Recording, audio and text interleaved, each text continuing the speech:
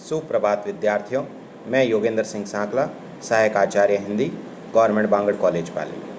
विद्यार्थियों, हम बीए प्रथम वर्ष के मध्यकालीन कविता पाठ के अंतर्गत तुलसीदास द्वारा रचित रामचरितमानस के अयोध्या कांड के का व्याख्यात्मक अध्ययन कर रहे थे, जिसके अंतर्गत हमने लगभग 47 पदों का व्याख्यात्मक अध्ययन किया है।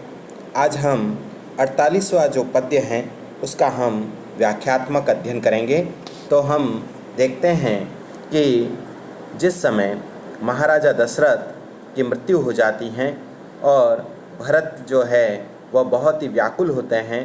भरत गुरु वशिष्ठ जी के द्वारा बताए गए आचरण अनुसार विभिन्न प्रकार से महाराजा दशरथ का क्रियाक्रम करते हैं।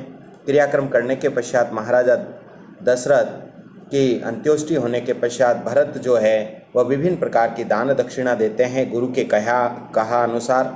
और जैसे ही सारी क्रिया संपन्न हो जाती है, फिर दूसरे दिन गुरु वशिष्ठ जी राजभवन में आते हैं और वहाँ बैठ कर के भरत से विभिन्न प्रकार की वार्तालाप करते हैं, उन्हें समझाते हैं। तो क्या समझाते हैं उसी का यहाँ पर वर्णन किया गया है। क्योंकि भरत बहुत ही अधिक चिंतित हैं, सोच में डूबे हुए हैं, तो उन्हें इस सोच से बाहर निकलने के लिए कहते हैं और किस व्यक्ति को सोच करनी चाहिए, किस व्यक्ति को चिंता करनी चाहिए, उसका वे वर्णन करते हुए बताते हैं। देखिए, अस विचार कहि देई दोषु व्यर्थ काहि पर कीजे रोसु तात विचारु करहु मन माहि सोच जोगु दशरथु नृप नाही सोचिए विप्र जो वेद विहीना तजि निज धर्म विषय लय लीना सोचिए नृपति जो नीति न जाना जेहिन प्रजा प्रिय प्राण समाना सोचिए बयसु कृपन धनवानु जो न अतिथि सिय भगति सुचानु सोचिए शूद्र विप्र अवमानी मुखर मान प्रिय गान गुमानी सोचिए पुनिपति वंचक नारी कुटिल कलह प्रिय इच्छाचारी सोचिए बटु निज व्रतु परिहरी जो नहीं गुरु आयसु अनुसई सोचिए ग्रही जो मोह बस करई कर्म पथ त्याग सोचिए जति प्रपंच रत विगत विवेक विराग।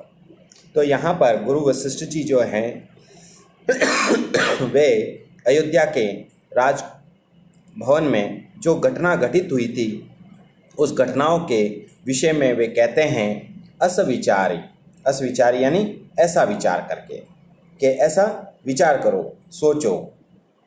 और क्या कहते हैं, केहि देई दोषु, कि हे पुत्र भरत तुम ऐसा विचार करो कि इस कार्य के लिए किसे दोष दिया जाए।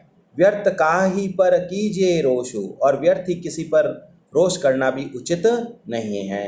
तात विचारु करहु मन माई, तात यानी पुत्र, किसे कहा है, भरत को, कि हे पुत्र तुम अपने मन में विचार करो। विचारु यानी विचार करो, मन माही यानी मन में। सोच जोगु दशरथ नृप नाही, कि महाराजा दशरथ जो थे, नृपु यानी राजा, दशरथ यानी दशरथ जो है वो चिंता करने योग्य नहीं थे। चिंता तो किस व्यक्ति को करनी चाहिए, सोचिए विप्र जो वेद विहीना, कि उस ब्राह्मण को, विप्र यानी ब्राह्मण को सोच करनी चाहिए, चिंता करनी चाहिए, जो वेद विहीना, जो वेदों को नहीं जानता हो, कि ब्राह्मण होते हुए भी वह वेदों के बारे में नहीं जानता हो।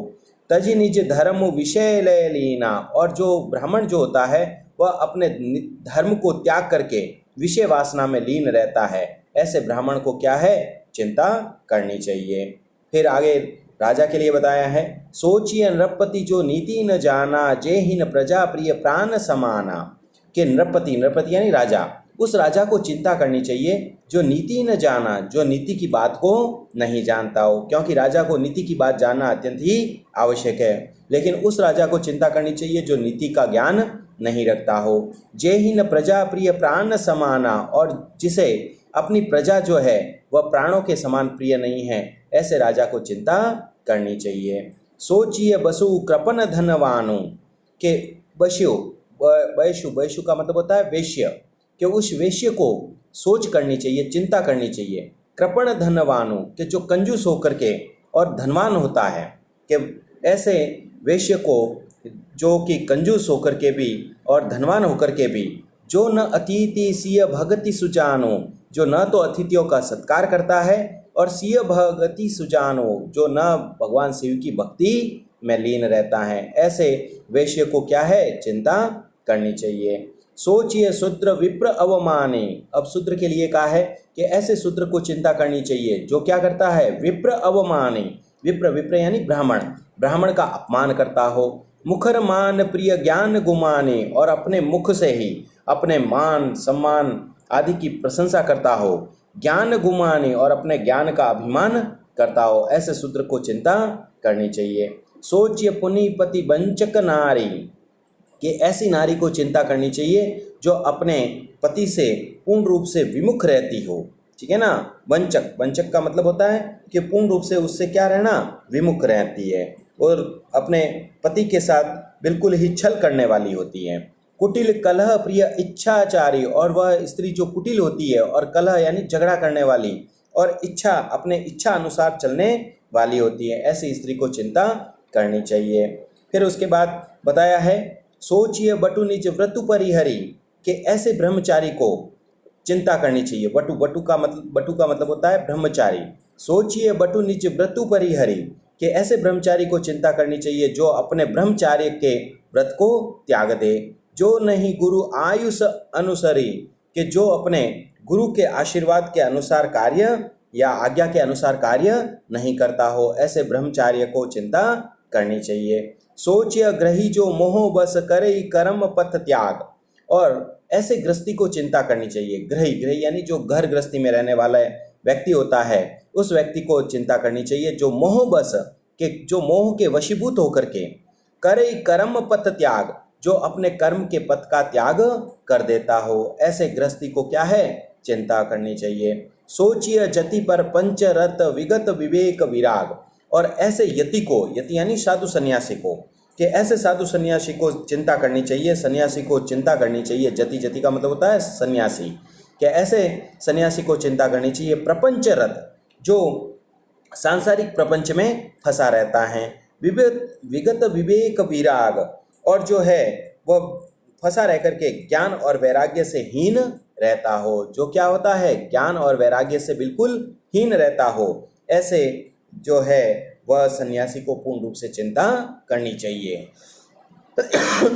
तो विद्यार्थियों, हमने इस दोहे के माध्यम से यही देखा है, इस पद्य के माध्यम से गुरु वशिष्ठ जी जो है वह भरत को पूर्ण रूप से धैर्य बंधाते हैं, और धैर्य बंधाकर उन्हें पूर्ण रूप से कर्म के लिए प्रवृत्त रहने की बात करते हुए ये यहाँ पर दर्शाते हैं कि तुम्हें चिंता करने की आवश्यकता नहीं है।